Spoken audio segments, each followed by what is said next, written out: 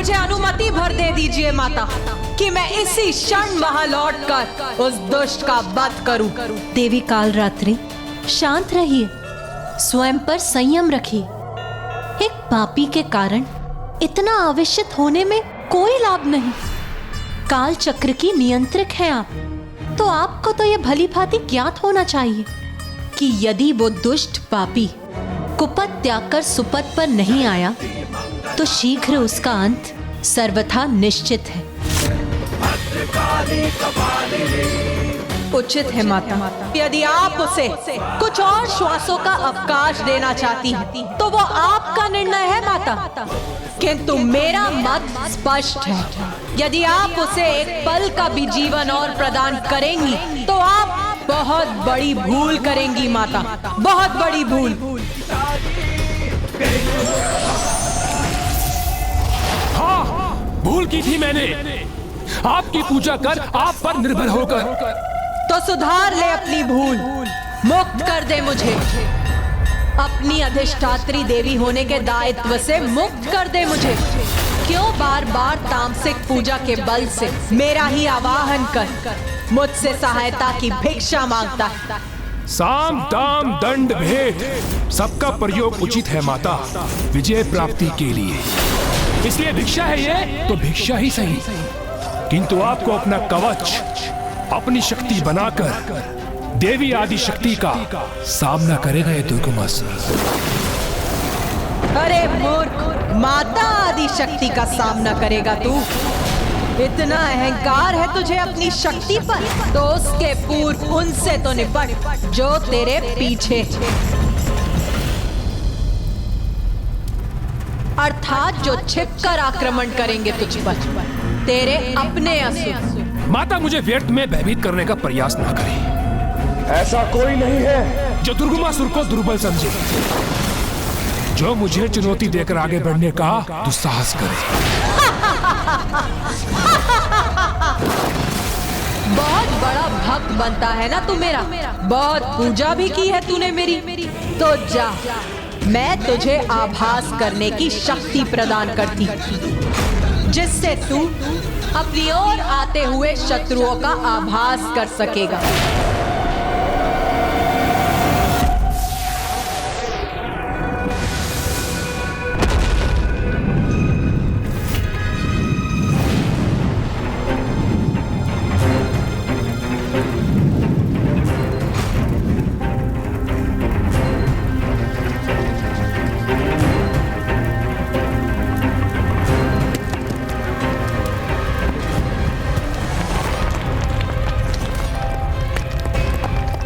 अरे ये क्या, सदा अपने स्थान पर स्थिर रहने वाला ये पर्वत अचानक गतिशील कैसे हो गया?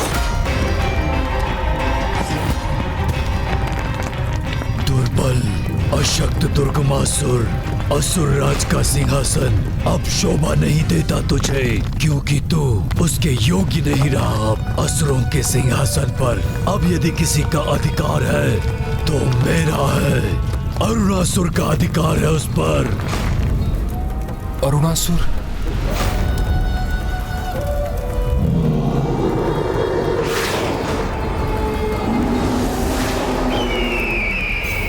नहीं, मैं किसी को भी स्वयं के लिए संकट बनने नहीं दूंगा।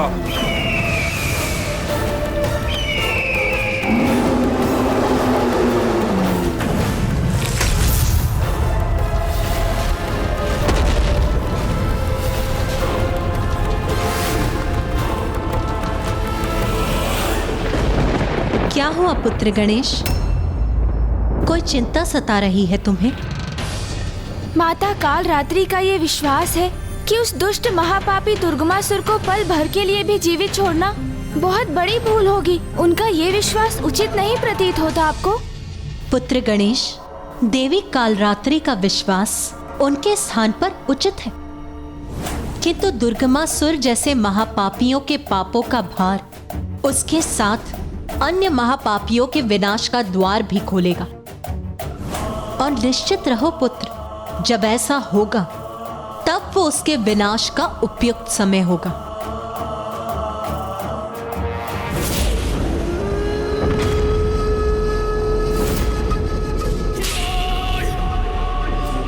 पाषाणकाय! पाषाणकाय! पाषाणकाय!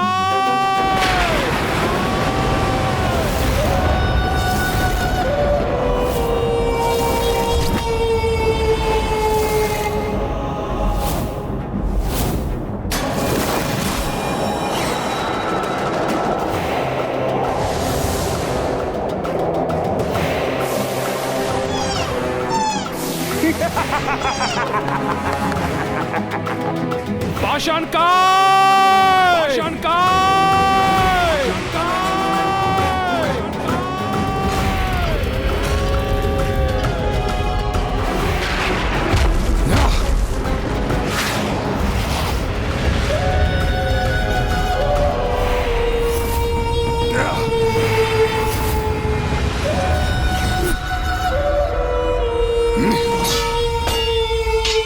पाषाणकाय! ये कैसा दुस्साहस है तुम्हारा? क्या इस प्रकार प्रस्तुत होते हैं अपने महाराज के समक्ष? मैं महाराज हूं तुम्हारा, उचित सम्मान दो मुझे। और ध्यान से सुनो, मैंने तुम्हें यहाँ हाथ प्रयास के लिए नहीं बुलाया, अभी तो एक महत्वपूर्ण कार्य के लिए बुलाया है।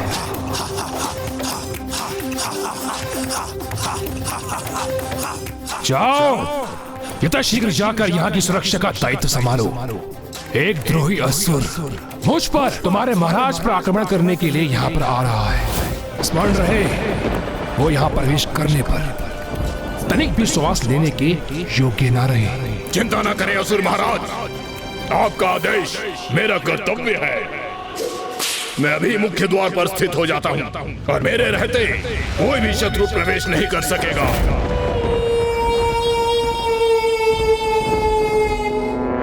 रुको, उचित है, किंतु सावधान रहना, वो कोई साधारण असुर नहीं है। स्वयं को अन्य की दृष्टि से छुपाने के लिए वो अपना रंग रूप आकार परिवर्तित करता है और उन्हें अपने वातावरण के अनुरूप ढालकर उसमें ऐसा घुल जाता है कि कोई भी उसे देख नहीं सकता। इसलिए सचेत रहना, कहीं वो तुम्हारी दृष्टि से ओझल ना हो जाए। यदि उसने ऐसा साहस किया तो मैं उसका अंत करूंगा।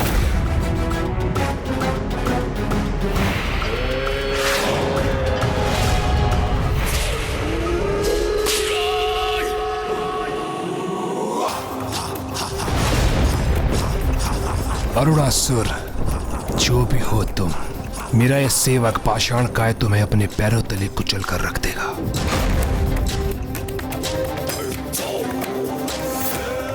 देखा माता, मैंने कितनी सरलता से भीतरी शत्रु को कुचलने का मार्ग ढूंढ लिया। आप देखना, मैं आदिशक्ति माता को पराजित करने का मार्ग भी अवश्य ढूंढ लूंगा।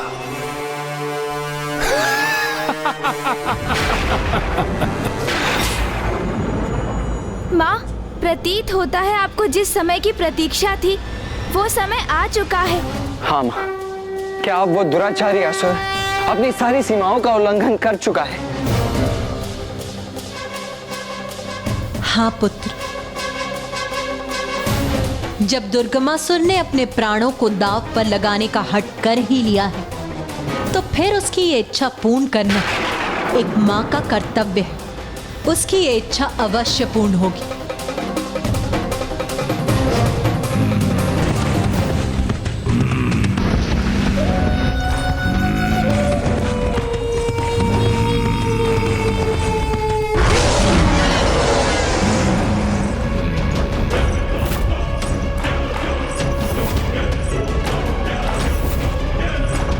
शत्रु जो कोई भी हो, जो दिखाई दे अथवा नहीं, किंतु अंदर तो तभी जा सकेगा जब वो मुझे डिगा सकेगा।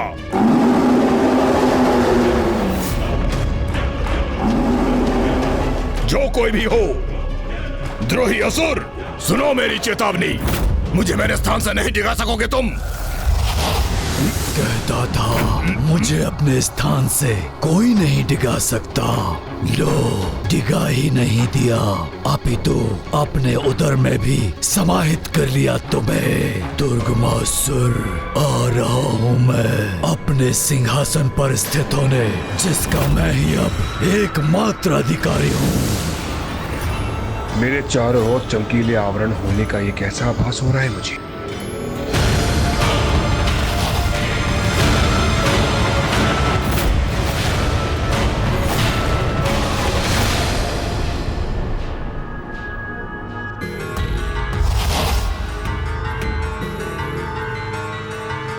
ये कैसा दृश्य है? ये सत्य है अथवा मेरा भ्रम?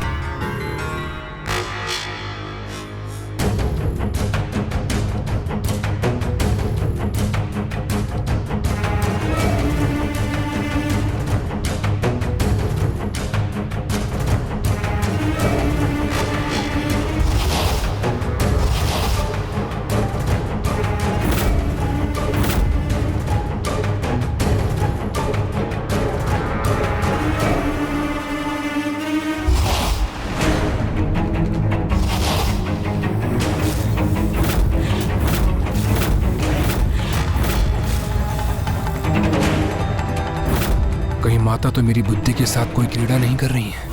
ये दृश्य उनके द्वारा उत्पन्न भ्रम है अथवा वास्तव में ऐसा घटित हो रहा है? नहीं नहीं, कोई चिंता का कारण नहीं है। ये दृश्य कदापि सत्य नहीं हो सकते, क्योंकि पाषाण काय के होते हुए मेरे भवन में कोई प्रवेश कर ही नहीं सकता।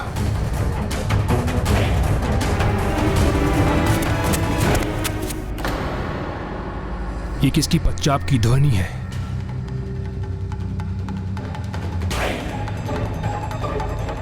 क्या वो यहां तक पहुंच चुका है?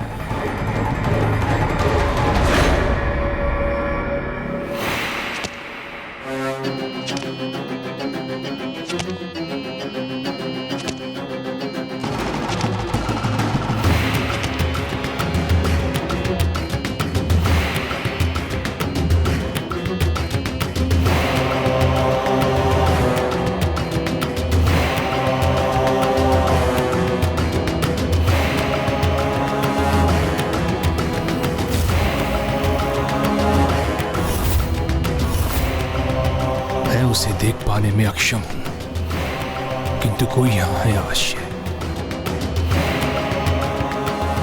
कदाचित मैं अपने सिंहासन पर ही सुरक्षित रहूंगा।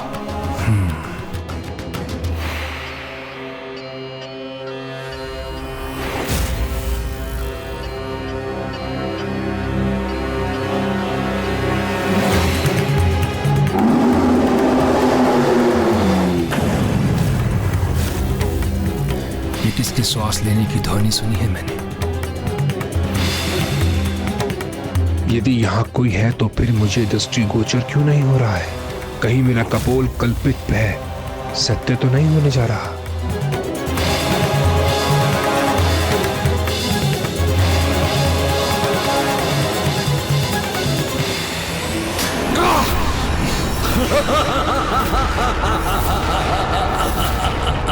कौन है? कौन है मेरे सिंहासन पर? सिंहासन का योग्य अधिकारी अरुणासुर, अरुणासुर, नवीन असुर सम्राट अरुणासुर।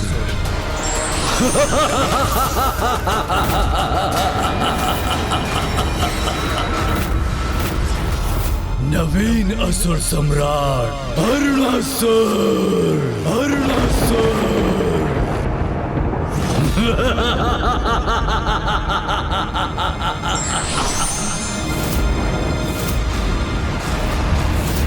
दुर्गमासुर, खड़क उठाने का कोई लाभ नहीं, क्योंकि खड़क के बल पर आई हुई सत्ता खड़क की धार मंद पड़ने पर मिट जाती है। आज से तुम्हारा शासन समाप्त और मेरा शासन प्रारंभ हुआ।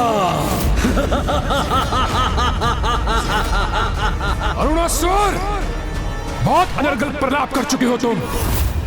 तुम्हारे लिए तो मेरे सैनिकों की खड़क ही पर्याप्त है।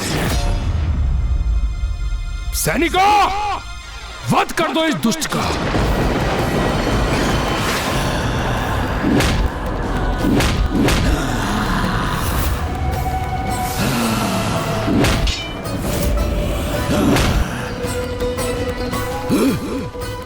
व्यर्थ का श्रम कर रहे हो मूर्ख।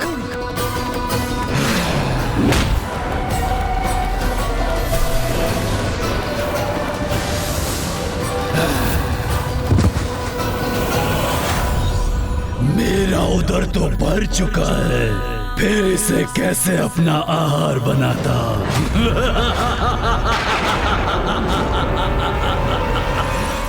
क्या हुआ दुर्गमासुर? ऐसे स्तब्ध खड़े होकर मुझे क्यों देख रहे हो? अपनी सत्ता पलटते देखकर स्वयं के नेत्रों पर विश्वास नहीं हो रहा है क्या? क्षमा नहीं करूंगा तुम्हें, तुम्हारी इस उदंडता का दंड दूंगा तुम्हें। पाषाण का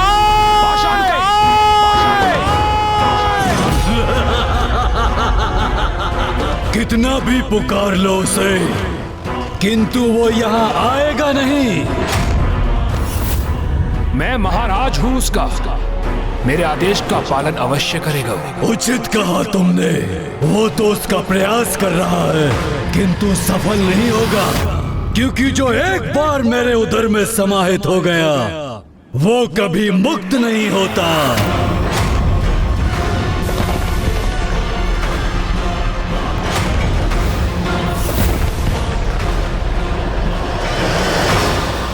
पाषाण का शरीर है ना उसका, इसीलिए उसका पाचन करने में थोड़ा सा समय अवश्य लगेगा, किंतु तुम तनिक भी चिंता ना करो, तुम्हारा पाचन करने में अधिक समय नहीं लगाऊंगा मैं।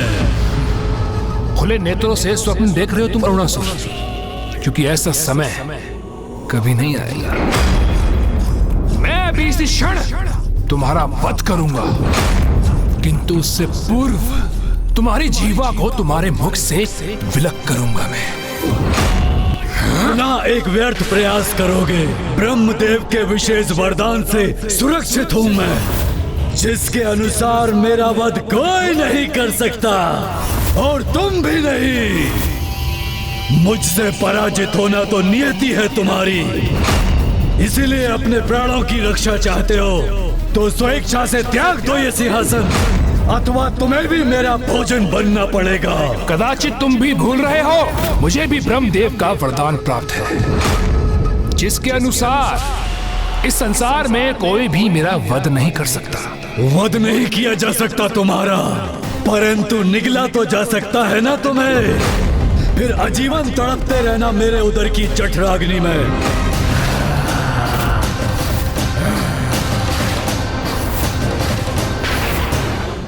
मैंने दुर्गमासुर को सुधरने के अनेकों अवसर प्रदान किए, किंतु अब वो अपने सभी अवसर गवा चुका है।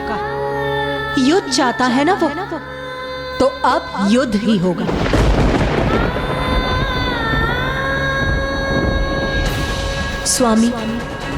स्वामी मुझे आज्ञा दीजिए, मुझे विंध्याचल पर्वत पर स्थित होना होगा। विंध्याचल पर्वत? अर्थात अब उस असुर का अपनी नियति, अपने काल से भेंट करने का समय आ गया है। या देवी सर्वभूतेषु मारूपेण संस्थिता, नमस्तस्यै नमस्तस्यै नमस्तस्यै नमो नमः।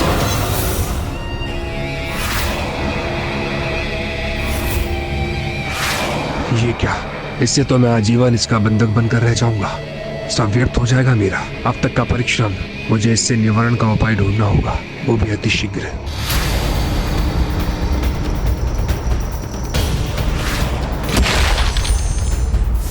समझ गया मैं समझ गया, सब स्पष्ट हो गया मुझे। यही है हम असुरों की पराजय का कारण। हम अपने समुदाय में इतने घाती हो जाते हैं। बहुत दुख की बात है, बहुत दुख की बात है। तनिक भी एकता नहीं है असुरों में, और इसी कारण हम असुरों की सत्ता कभी स्थायी नहीं रह सकती। क्योंकि आज तुम मुझसे मेरा सिंहासन छीनोगे और कल को वो तुमसे तुम्हारा सिंहासन छीन लेगी। कौन छीनेगी मुझसे मेरा सिंहासन? वही देवी जो मेरी, तुम्हारी और तुम्हारे साथ साथ सभी असुरों की शत्रु है, जिसने प्रबल प्रतापी महिषासुर का वध किया था और हमारे महाराज महाशक्तिशाली शुंभ निशुंभ का भी वध कर दिया था।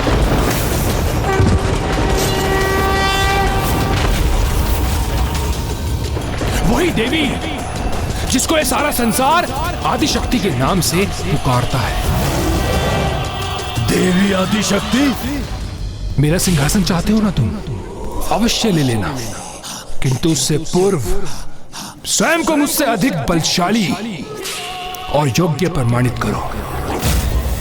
साहस है तो जाओ, सर्वप्रथम जाकर विंध्याचल वासिनी देवी को पराजित करो। कहो, है तुम में इतना सामर्थ्य? है तुम में सिंहासन पर स्थापित होने की क्षमता? कहो अनासुर, कहो। हाँ, मुझ में है वो बल, वो क्षमता, जिससे मैं देवी आदि शक्ति के अस्तित्व को ही नष्ट कर दूंगा और फिर मैं तुम्हें अपना दास बनाकर असुर सम्राट के पद पर स्थापित होऊंगा। मैं इसे कहते एक बाण से दो लक्ष्य साध लेना।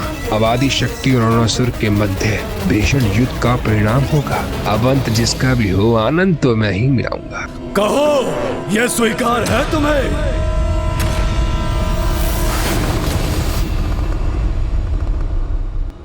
स्वामी, अब मेरा विंध्याचल पर्वत प्रस्थान करने का समय आ गया, क्योंकि अब पुनः एक बार देवताओं और असुरों का महासंग्राम होने वाला। अभी घटित होने वाली सभी घटनाएं उसी की पूर्व सूचना दे रही।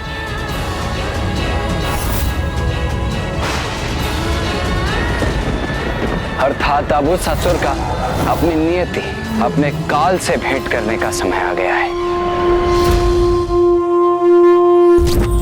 100 मूर्ख मित्रों की संगति में रहने से अच्छा है एक ज्ञानी शत्रु की शत्रुता को वहन करना, क्योंकि हो सकता है शत्रु का ज्ञान ही आपका मार्गदर्शक बन जाए।